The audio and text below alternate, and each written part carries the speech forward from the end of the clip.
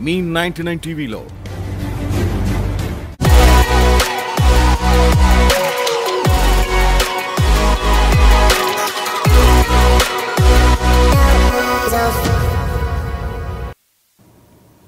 నమస్తే, welcome to the doctor live show. శరీరానికి ఒక రూపం ఎలా ఏర్పడింది? కాళ్ళు చేతులు ఎలా కదల్చగలుగుతున్నాం? గుండె, ఊపిరితిత్తులు వంటి ముఖ్యమైన అవయవాలకు రక్షణ ఎలా లభిస్తోంది?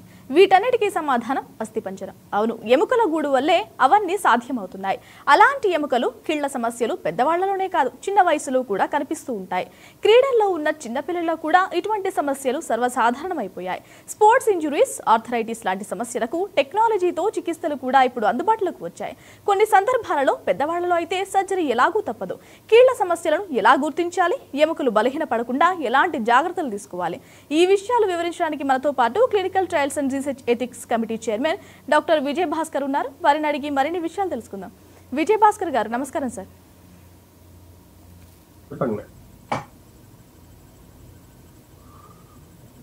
విజయ్ భాస్కర్ గారు, మనం కొన్ని నెలల నుంచి చూస్తున్నాం ఈ కరోనా పాండమిక్ టైంలో వ్యాక్సిన్ పై చాలా దేశాలు హోప్స్ పెట్టుకున్నాయి. అంటే చాలా క్లినికల్ ట్రయల్స్ నిర్వహిస్తూ ఉన్నాయి, చాలా అప్డేట్ కూడా వచ్చింది. అంటే అసలు వ్యాక్సిన్ ఎప్పటి వరకు వచ్చే అవకాశం ఉంది? ఎలాంటి రిజల్ట్ ఎఫెక్ట్ ఉండే అవకాశం ఉంది సార్ వ్యాక్సిన్ పై? ప్రపంచంలో కొన్ని లక్షల వైరస్లు ఉన్నాయండి. అందులో కొన్ని వైరస్ను మనం ఐడెంటిఫై చేసాము. కొన్ని వైరసెస్కి మనం వ్యాక్సిన్ ఇప్పటివరకు వాడుతున్నాము, కానీ కొన్ని వైరస్కి ఇప్పటికీ వ్యాక్సిన్ లేదు. హెచ్ఐవి కానీ, స్వైన్ ఫ్లూ కానీ, కొన్ని ఫ్లూ డిజీజెస్కి ఇప్పటికీ వ్యాక్సిన్స్ కనుగొనబడలేదు. ఎందుకంటే దాని జీన్ స్టడీ ఆధారం చేసుకొని ఎప్పుడైతే వ్యాక్సిన్ని తయారు చేస్తారో, ఇట్స్ అటెన్యూటెడ్ వ్యాక్సిన్ అంటామండి. ఆ డెడ్ వ్యాక్సిన్, డెడ్ వైరస్ కానీ లేకపోతే అటెన్యూటెడ్ వైరస్ తోటి మనం వ్యాక్సిన్ తయారు చేస్తాం జీన్ స్టడీ ద్వారా. సో దీన్ని 5 phases స్టడీ చేస్తారండి. ఫస్ట్ అంటే క్లినికల్, ప్రీ క్లినికల్ అంటే యానిమల్స్లో అంటే మంకీస్ అండ్ స్మాల్ ర్యాట్స్, ఇలాంటి చిన్న జంతువులలో క్లినికల్ ట్రయల్ చేసి ఫస్ట్ అండ్ ఫార్మోస్ట్ ఈ వ్యాక్సిన్ ఇవ్వటం వల్ల ఆ యానిమల్కి ఎలాంటి సైడ్ ఎఫెక్ట్స్ కానీ, కాంప్లికేషన్స్, టాక్సిసిటీ కానీ ఏమైనా ఉందా అన్నది ఇంపార్టెంట్గా చూడటం జరుగుతుంది. ఆ తర్వాత తద్వారా యాంటీబాడీస్ ఎంత క్వాలిటీ మేరకు డెవలప్ అయినాయి ఇమ్యూనిటీ సిస్టంలో అన్నది చూస్తారు. ఈ రెండు ఒకసారి యానిమల్స్లో కంప్లీట్ అయిన తర్వాత, ప్రీ క్లినికల్ ట్రయల్స్లో కంప్లీట్ అయిన తర్వాత phase 1, phase 2, phase 3 ట్రయల్స్ ఉంటాయండి హ్యూమన్స్లో. phase 1 ట్రయల్లో 10ల సంఖ్యలో చేస్తారు, అంటే 10 నుంచి 20 మంది చేస్తారు.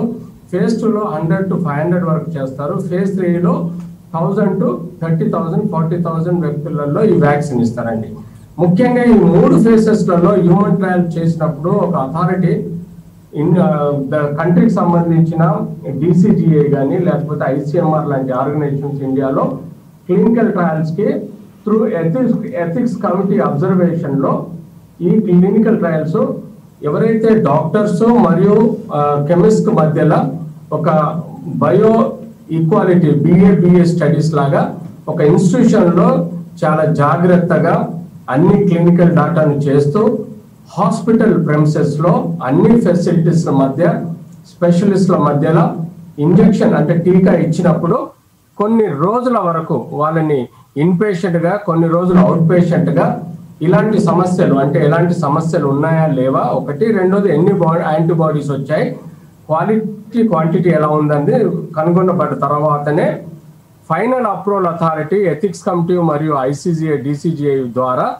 ఫైనల్ అప్రూవల్ ఇచ్చిన తర్వాత అది 4th phase ప్రజలందరికీ ఇవ్వడం జరుగుతుంది. So this is the process for the vaccines అండి.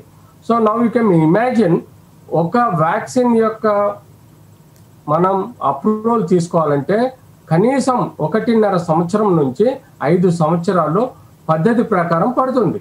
కానీ ఈ పాండమిక్ ఎమర్జెన్సీ వలన కొన్ని కంట్రీస్, కొన్ని సైంటిఫిక్ ఏజెన్సీస్, కొన్ని ల్యాబొరేటరీస్ తొందరపాటు చర్యతోటి మేము ఈ నెలలో వస్తున్నాం, వచ్చే నెలలో ఇస్తున్నాం అని చెప్పేసి ప్రకటనలు చేస్తున్నారు. ఇవి కొంత మేరకు రష్యాది కానీ, అమెరికాది కానీ కొంత మేరకు ఇది పొలిటికలీ మోటివేటెడ్ వ్యాక్సిన్ డిక్లరేషన్ గానే భావించాలి, కానీ ఇది సైంటిఫిక్గా కరెక్ట్ అప్రూవల్ తోటి డిక్లేర్ చేసిన వ్యాక్సిన్ కాదు. ఇది మనసులో పెట్టుకోండి. సో మన వ్యాక్సిన్, మన కరోనాకు సంబంధించిన వ్యాక్సిన్ జీన్ స్టడీ ప్రకారం మనకు 2021 కనీసం 8-9 నెలలు అంటే 2021 అంటే వచ్చే సంవత్సరంలో మధ్యకాలంలో వరకు మనకు వచ్చే అవకాశం ఉంటుంది. దాదాపు ఇంకా 7-8 నెలల అవకాశం ఉంటుంది. But we cannot say anything is this digitalisation కంట్రీస్లో ఈ రోజు త్వరితంగా కొన్ని ట్రయల్స్ని సమయాన్ని కుదించి రీసెర్చ్ చేసి దాని రిజల్ట్స్ ఇస్తున్నారు. కాబట్టి దాని రిజల్ట్స్ బాగున్నప్పుడే మనకు ఇవ్వడం జరుగుతుంది. కాబట్టి hopes of the best. Over company, over country is trying to declare the vaccine. వాళ్ళు అంత ఈజీగా కొన్ని 750 కోట్ల మందితోటి జోక్ చేయలేరు. వాళ్ళు అన్ని అప్రూవల్స్ అన్ని సక్రమంగా క్లినికల్ ట్రయల్స్ అయిన తర్వాత దాని ఎఫికేసీ, దాని యాంటీబాడీ డెవలప్మెంట్, దాని సేఫ్టీ చూసిన తర్వాతనే జనరల్గా పబ్లిక్ ఇవ్వాల్సి వస్తుంది. అప్పటి వరకు వాళ్ళు ఇంకా క్లినికల్ ట్రయల్స్లోనే ఉంటారు.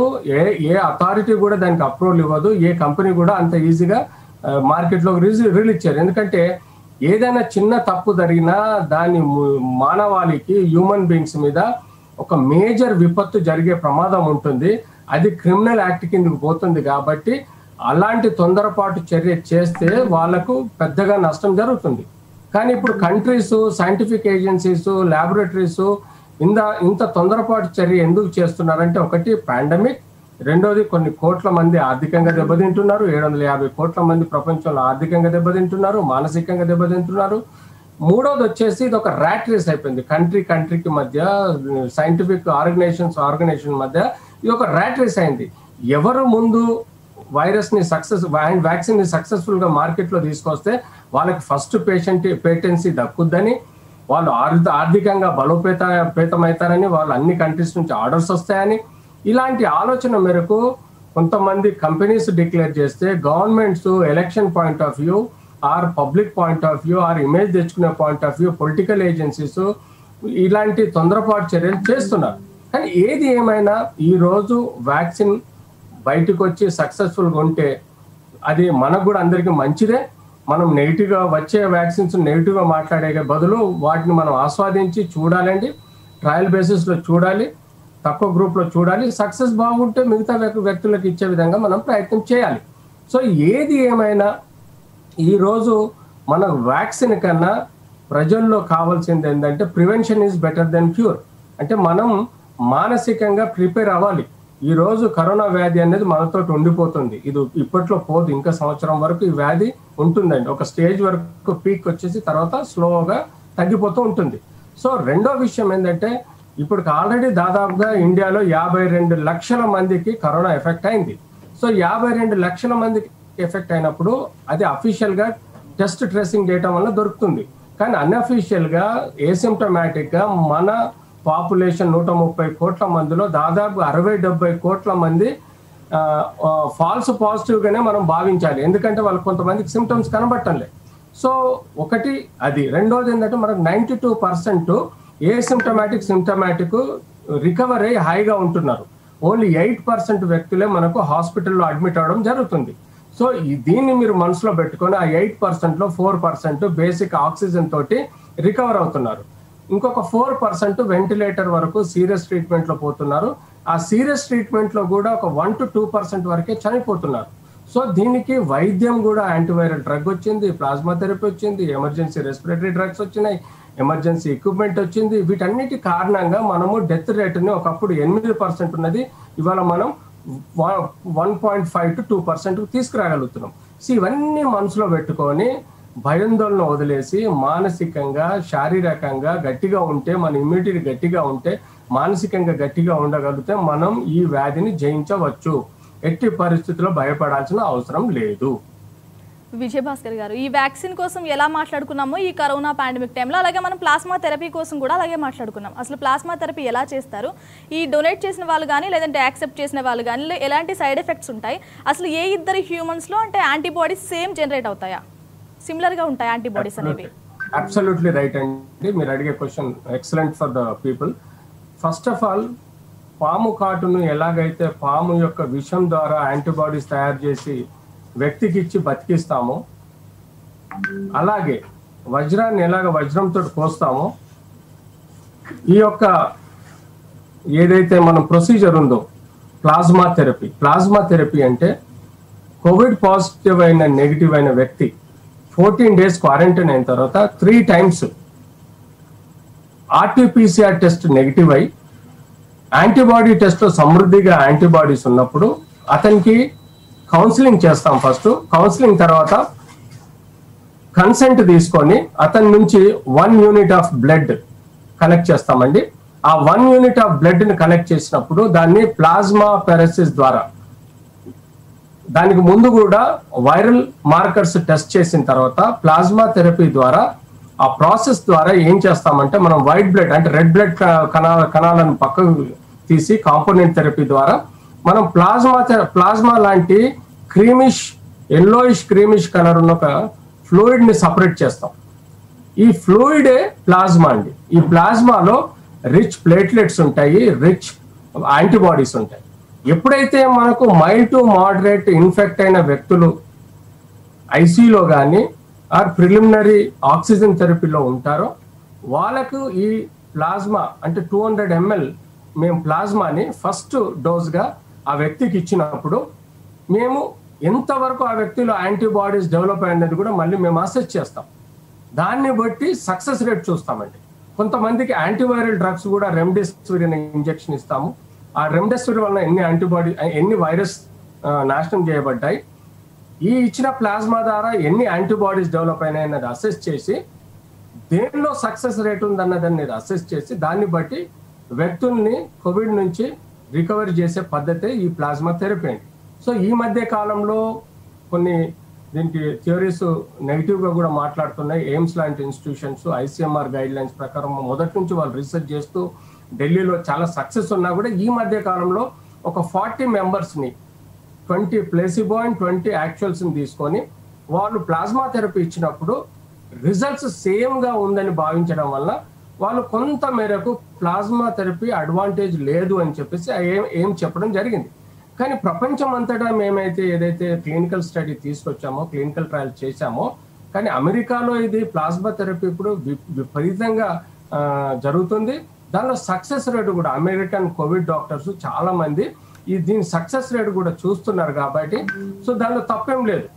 కొంతమంది బ్లాక్ మార్కెటింగ్ చేసి దాన్ని విపరీతమైన రేట్లకు అమ్ముకుంటున్నారు. వాళ్ళని వదిలేసి 70% ఇది చీప్ అండ్ బెస్ట్ ట్రీట్మెంట్ గా భావించి ఈ plasma therapy antiviral drugs remdesivir combined ఇవ్వటం వల్ల ఆ వ్యక్తి కోలుకోవడానికి ఎక్కువ శాతం బయటపడుతున్నాడు, తొందరలో బయటపడుతున్నారు. కాబట్టి ప్లాస్మా థెరపీ అనేది ఐడియల్ థెరపీగా మేము భావించడం జరుగుతుంది. విజయభాస్కర్ గారు, అపార్ట్ ఫ్రమ్ ఈ కరోనా అసలు నరాల బలహీనత ఎందుకు వస్తుంది, ఎలా గుర్తించాలంటారు, దీన్ని ఎలాంటి ట్రీట్మెంట్ ఇస్తారు నరాల బలహీనతకు? తప్పకుండా అండి, మీరు సబ్జెక్ట్ ఎక్స్ట్రీమ్ లెఫ్ట్ అండ్ రైట్కి వెళ్ళిపోయారు. No problem. నరాల బలహీనత అనేది కొన్ని హ్యూమన్ బాడీలో కొన్ని కోమార్బిడ్ డిజీజెస్ తోటి వస్తాయండి. కోమార్బిడ్ అంటే మేజర్గా మీకు నరాల బలహీనత అంటే సిస్టమిక్ నరాల బలహీనత అని చూసుకుంటే మేజర్గా డయాబెటీస్లో మనం చూస్తాం. ఎందుకంటే డయాబెటీస్ అనేది ఆ షుగర్ హైపర్ గ్లైసిమియా ఉన్నప్పుడు ఆ షుగర్ గ్లూకోనియోజెన్సిస్ అయినప్పుడు ఇది మేజర్గా నరాలను తినేస్తుంది. అంటే నెక్రోజ్డ్ నరాలని రీజనరేట్ అంటే డెత్ అయిన డ్యామేజ్ అయిన నరాలని రీజనరేట్ కాకుండా ఈ షుగర్ ఇది గ్లూకోనియోజెనసిస్ అనే గ్లూకోజ్ లెవెల్స్ నరాలను దెబ్బతీస్తాయండి. మెయిన్గా ఈ షుగర్ వలన పెరిఫరల్ న్యూరోపతి రావడం, అంటే చేతులు వేళ్లలో కుచ్చుకున్నట్టుగా, పిన్స్ కుచ్చుకున్నట్టుగా, తిమ్మిర్లు వస్తున్నట్టుగా, లేకపోతే మంటల్లాగా, పాదాలలో మంటల్లాగా నొప్పులు రావడం, ఇలాంటి అన్ని లక్షణాలను చూసి మనం ఏమనుకోవాలంటే this is called peripheral neuritis. ఇది మేజర్గా ఎక్కువ శాతం ప్రపంచంలో 750 కోట్ల మందిలో మనం ఎక్కువ శాతం డయాబెటిక్ అనేది ప్రివేల్ అవుతుంది. కాబట్టి డయాబెటిక్ వలన ఇగ్నోరెన్స్, నెగ్లిజెన్స్ చేయబట్టి కంట్రోల్డ్ షుగర్స్ లేకపోతే నరాలు దెబ్బతిని ఈ పెరిఫరల్ న్యూరైటిస్ కానీ, న్యూరోపతి కానీ, లేకపోతే బర్నింగ్ ఫీల్ సెన్సేషన్ కానీ, లేకపోతే సెక్స్లో వీక్నెస్ రావడము, ఎరెక్షన్స్ ప్రాబ్లమ్స్ రావడం, అంతేకాకుండా మానసికంగా దెబ్బతినడం, ఇలాంటి ఇష్యూస్ అన్ని బేస్ చేసుకొని మేజర్గా డయాబెటీస్ ఉంటుందండి. మిగతా వచ్చేసి సిస్టమిక్ కాజెస్ చాలా ఉన్నాయి.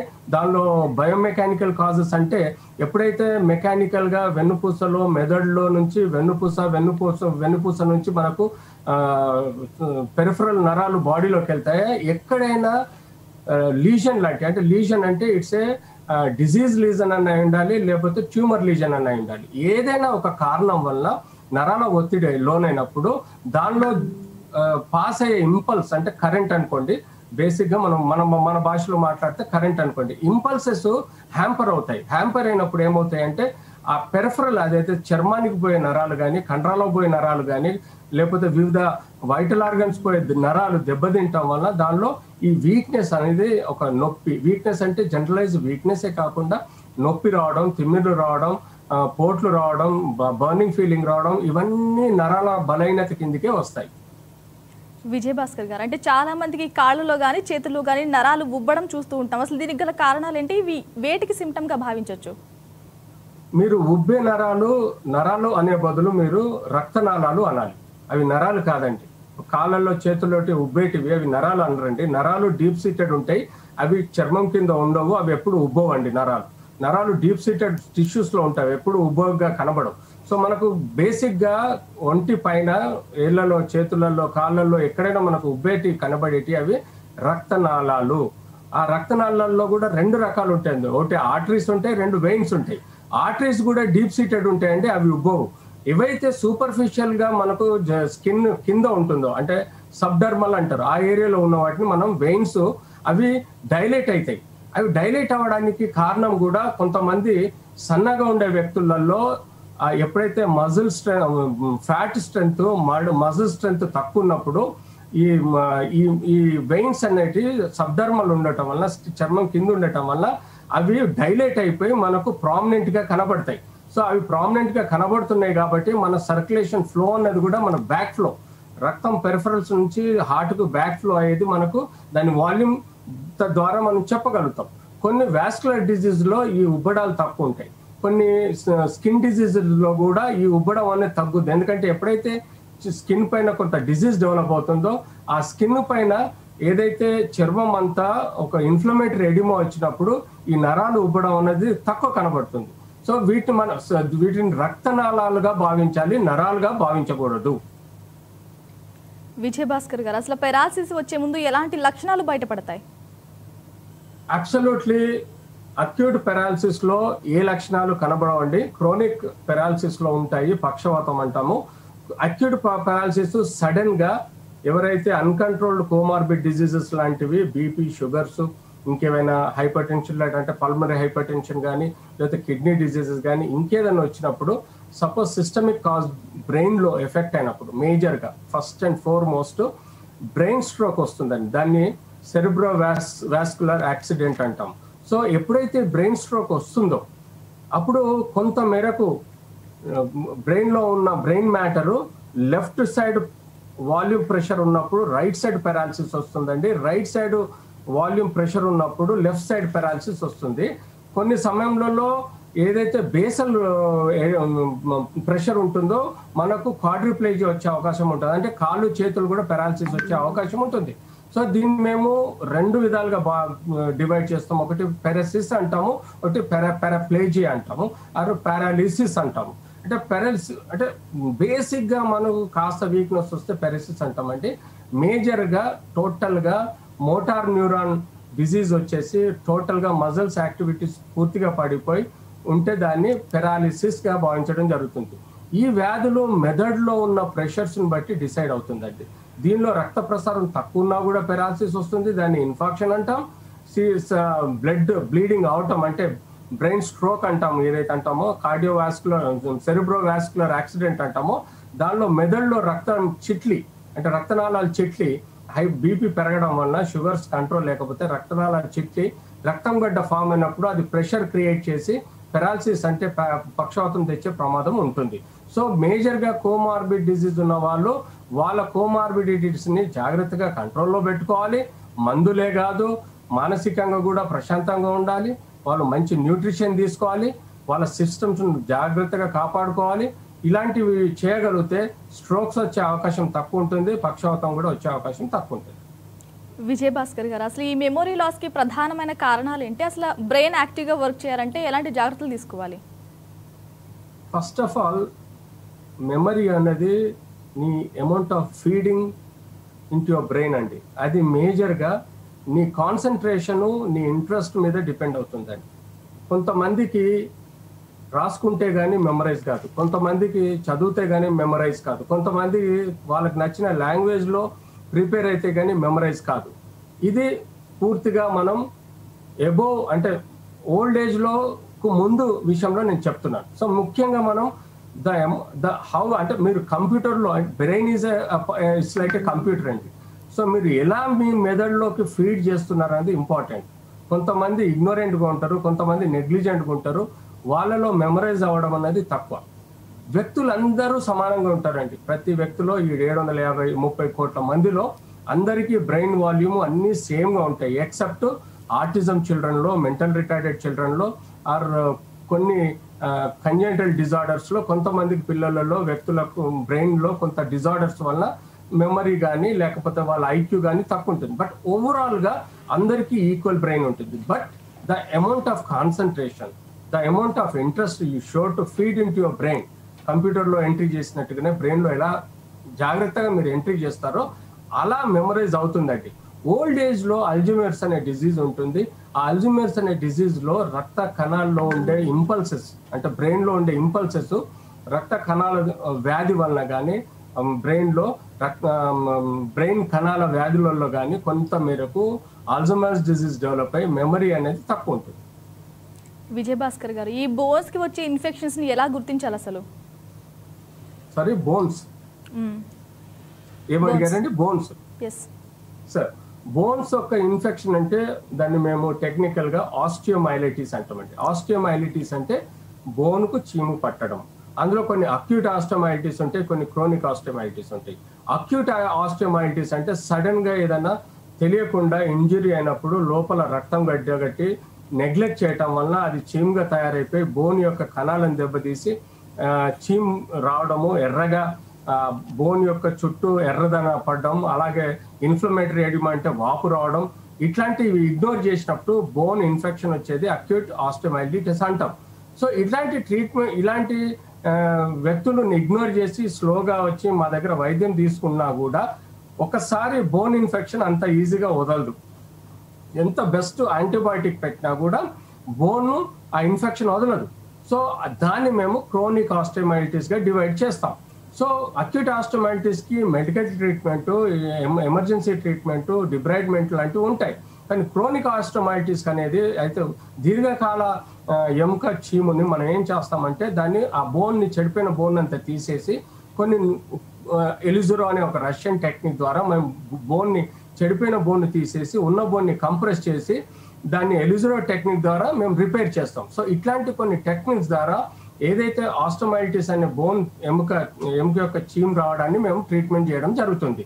సో ఈ బ్యాక్టీరియాను మనం ఐడెంటిఫై చేయాలి. ఫస్ట్ ఆ బోన్ యొక్క టిష్యూని కానీ చీమును కానీ మనం కల్చర్ సెన్సిటివ్ పంపించి ఏ రకమైన బ్యాక్టీరియా ఉందని కనుక్కున్న తర్వాత ఆ స్పెసిఫిక్ బ్యాక్టీరియాకు యాంటీబయాటిక్ ఇచ్చి మనం ట్రీట్ చేయాల్సిన అవసరం ఉంటుంది.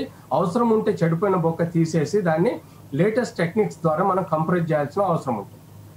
విజయభాస్కర్ గారు, అసలు ఈ బోన్ క్యాన్సర్ వచ్చినప్పుడు ఎలాంటి సిమ్టమ్స్ బయటపడతాయి? అంటే బాడీలో ఒక పార్ట్ కి బోన్ క్యాన్సర్ వస్తే శరీరం అంతా వ్యాపించే అవకాశం ఉందా? అబ్సల్యూట్లీ గుడ్ క్వశ్చన్ అండి. బోన్ ట్యూమర్స్ రెండు రకాలండి. ఒకటేమో బినైన్ ట్యూమర్స్, రెండోదేమో మ్యాలిగ్నెంట్ ట్యూమర్స్. అంటే బినైన్ ట్యూమర్స్ అంటే అది ఫాల్స్ క్యాన్సరస్ డిజీజ్ గా భావించడం జరుగుతుంది. ఈ ట్యూమర్స్ బోన్స్లలో మేము ఓవరాల్గా 100% పెథాలజీ కేసెస్లో ఓన్లీ బోన్ ట్యూమర్స్ 5% to 10% ఉంటాయండి. సో ఇందులో ఎక్కువగా బినైన్ ట్యూమర్స్ ఉంటాయి, అలాగే ఈక్వల్గా మ్యాలిగ్నెంట్ ట్యూమర్స్ ఉంటాయి. సో బినైన్ ట్యూమర్ ఎప్పుడైతే మాకు తెలిసిందో, అంటే చేతులలో కానీ, మోచేతిలో కానీ, వ్రిస్ట్ ఏరియాలో కానీ, మోకాల పైన కానీ, కాళ్ళలో కానీ ఎక్కడైనా బినైన్ ట్యూమర్స్ ఉంటే అది టిష్యూ మేము అంటే ఒక నీడిల్ ద్వారా మేము ఫైన్ ఆస్పిరేషన్ టెక్నిక్ ద్వారా ఒక ఎముక మూలను కానీ, బోన్ మ్యారోన్ కానీ తీసుకొని దాన్ని మేము టెస్ట్ పంపించినప్పుడు ఏదైతే అది హిస్టోపెథలాజికల్ ఎగ్జామినేషన్లో ఇది క్యాన్సర్ కాదు, ఇది వట్టి బినైన్ ట్యూమర్ అని తెలవగానే మేము ఆ ఎంటైర్ బోన్ని మొత్తం తీసేసి దానిలో వేరే చోటు నుంచి తీసుకున్న ఎముకను పెట్టడమా, లేకపోతే ఆర్టిఫిషియల్గా బోన్ సిమెంట్స్ వచ్చాయి, ఇది యాంటీబయాటిక్ ఇంటిగ్రేటెడ్ బోన్ సిమెంట్స్ వచ్చాయి, అది ఫిలప్ చేయటం వల్ల ఇది బినైన్ ట్యూమర్స్కి 100% మంచి రిజల్ట్స్ ఉంది. There is no problem at all. But malignant tumours ఏవైతే ఉన్నాయో అది ఒక చోట యంగ్ పిల్లల్లో ర్యాపిడ్గా వస్తుందండి. బినైన్ ట్యూమర్ స్లోగా వస్తుంది, మ్యాలిగ్నెంట్ ట్యూమర్ చాలా ర్యాపిడ్లో యూత్లో నుంచి ఓల్డ్ ఏజ్లో వస్తుంది. సో దానిలో కెచెస్టిక్ చేంజెస్ అంటే మనిషి చాలా వీక్ అయిపోతుంటాడు, మ్యాలిగ్నెంట్ కండిషన్లో డిటోరియేట్ అవుతూ ఉంటాడు, కణాలు మారిపోతూ ఉంటాయి, హెయిర్ లాస్ అవుతూ ఉంటుంది, మానసికంగా దెబ్బతింటాడు. ఈ మ్యాలిగ్నెంట్ ట్యూమర్ ఒక చోట మనకు ఫర్ ఎగ్జాంపుల్ లంగ్ క్యాన్సర్ వచ్చింది అనుకోండి, పక్కనే ఉన్న రిబ్స్ క్యాన్సర్ డెవలప్ అవ్వచ్చు. ఆ రిబ్ నుంచి మనకు ఆమ్లోకి క్యాన్సర్స్, ఆమ్ బోన్స్ లోకి క్యాన్సర్స్ రావచ్చు, పెల్విక్ బోన్ లోకి క్యాన్సర్ రావచ్చు, లోవర్ లిమ్స్ లోకి క్యాన్సర్ రావచ్చు. So specific character of the cancer ను మనము హిస్టోపెథలాజికల్ ఎగ్జామినేషన్ ద్వారా తెలుసుకున్న తర్వాత దానికి కీమోథెరపీ ఇవ్వాలా, రేడియోథెరపీ ఇవ్వాలా, లేకపోతే మొత్తం సాల్వేజ్ ప్రొసీజర్ అంటే ఆ పార్ట్ ను పూర్తిగా తీసేయాలా, సర్జికల్లీ తీసేయాలన్నది మేము డిటర్మైన్ చేసుకొని ఆ స్పెసిఫిక్ ట్రీట్మెంట్ ఇవ్వడం ద్వారా ఇదివరకటి కన్నా ఇప్పుడు మనకు సర్వైవల్ రేటు 90% పెరిగిందండి. ఒకప్పుడు మనకు 90% డెత్స్ ఉండేది, బట్ ఇప్పుడు 90% రికవరీ ఉంది, ఒక 10% డెత్స్ ఉన్నాయి. ఎందుకంటే we have a latest chemotherapies, latest radiotherapy as well as total salvage procedures ఉన్నాయి. సపోజ్ ఒక తొడలో ఒక ఎముక క్యాన్సర్ థెరపీ వచ్చినా కూడా టోటల్ బోన్ తీసేసి కూడా మేము ఆర్టిఫిషియల్ బోన్ పెట్టగలుగుతున్నాం. ఇవాళ లేటెస్ట్ ఆర్టిఫిషియల్ బోన్స్ కూడా వచ్చాయి. So technology is so good, so recovery rate is so good. So ప్రజలు ఇలాంటి విషయంలో భయపడాల్సిన అవసరం లేదు. రైట్, థ్యాంక్ యూ విజయభాస్కర్ గారు, మంచి ఇన్ఫర్మేషన్ అందించారు. ఇది వాళ్ళది డాక్టర్ లైవ్ షో. నమస్తే.